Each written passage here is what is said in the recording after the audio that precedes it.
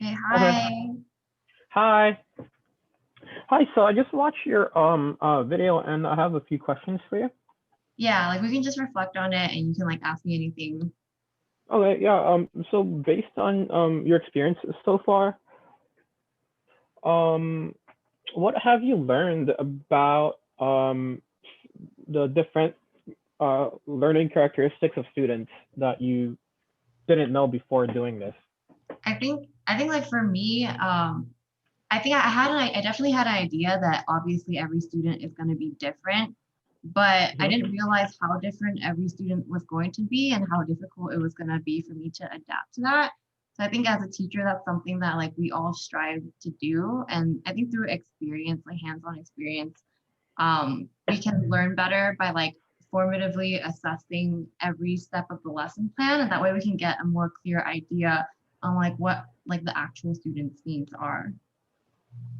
Right. And that actually builds on my second question, Mhm. which is how effective do you think um your teaching plan was based on your preparation? But I think like there were definitely some points that were effective. I think all the class activities and examples were successful with the students because personally I found that kinesthetic activities were the most engaging for them. Like I think the students learn best definitely when they are physically working with the material. And I think being able to digest that material in those various like ways kind of accelerates the learning process a little better and kind of gives them like a good solid foundation to work on. So I think I would definitely keep and like build on all the activities that I did use.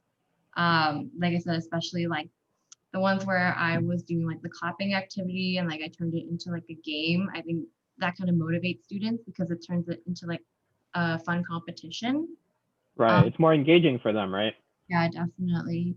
But yeah, I think something that I did want to work on though was that like I also mentioned this in my reflection that I wrote that I wanted to like check for understanding a lot more because I realized I only did that like a few times. I think it's really important to like I said, like formally assess how students are doing every step of the way.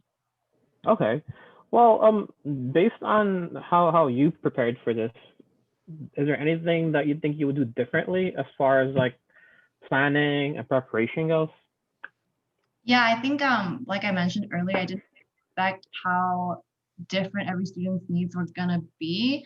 So I also had like certain expectations. Like I didn't think students were gonna ask certain questions. So I think now that I know, I will plan my lesson according to what I've learned, and maybe I could use more like UDL strategies to integrate into my lesson plan, like maybe provide more worksheets or like more hands-on activities or even more like videos because I know a lot of the students like react really well when they see like cartoons being played.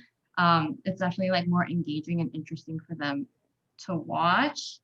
As far as like differentiation strategies for like special needs and EL, I did find that really hard for me as well because I'm not really used to being around children that need specific needs like that. So I do want to incorporate like maybe Venn diagrams or like worksheets with bigger text to accommodate to students that have special needs and definitely maybe have like a group session where I can like pull students who are struggling with this or like similar ELL students who need help and kind of go over everything that like they don't quite understand or they might need to like slow down I might need to slow down the lesson plan for them so that they can understand it a little bit better.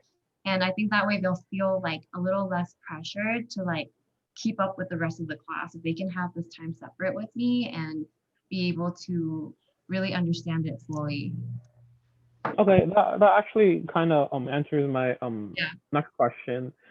But how do you think, because every student learns differently and not everything works the same for everyone, right? Like you said, your cartoon, you noticed that got a lot of engagement from your students. Hmm. But for those students where that didn't really work for them as effectively, how do you incorporate new techniques and new ways to engage these other students?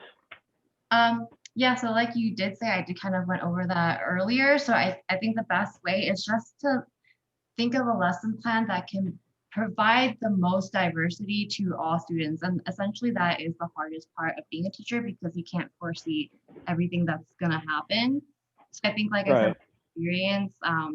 with more experience, like we will get a hang of like and being able to foresee all these things.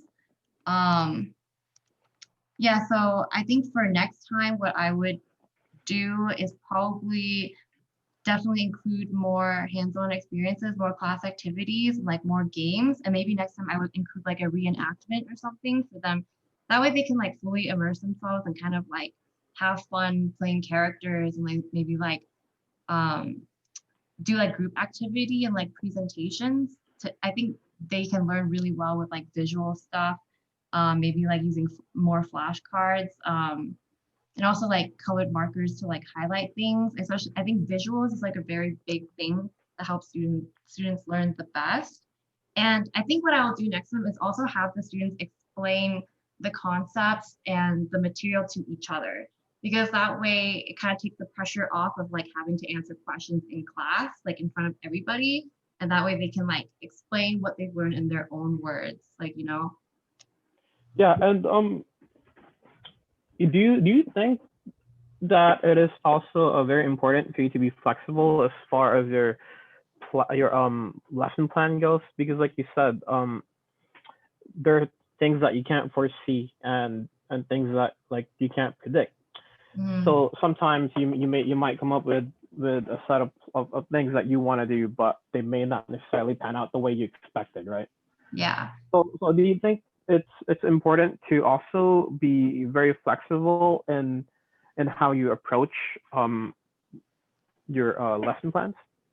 Yeah, I mean, like, definitely, that's like the whole, I think the main goal, like I said, like for being a teacher is to be able to adapt to every student's needs. And I think the most Right, right. part to understand about that, that formative assessment is so, so important because like I think a lot of people think that like assessment only happens like once or twice with like tests or like quizzes, but like formative assessment is happening all the time, like occurring all the time. So like I said, with more experience, we can see every day and like kind of analyze and reflect perpetually like how our students are receiving the information and what's working and what's not, and then like incorporating that into our future lesson plans.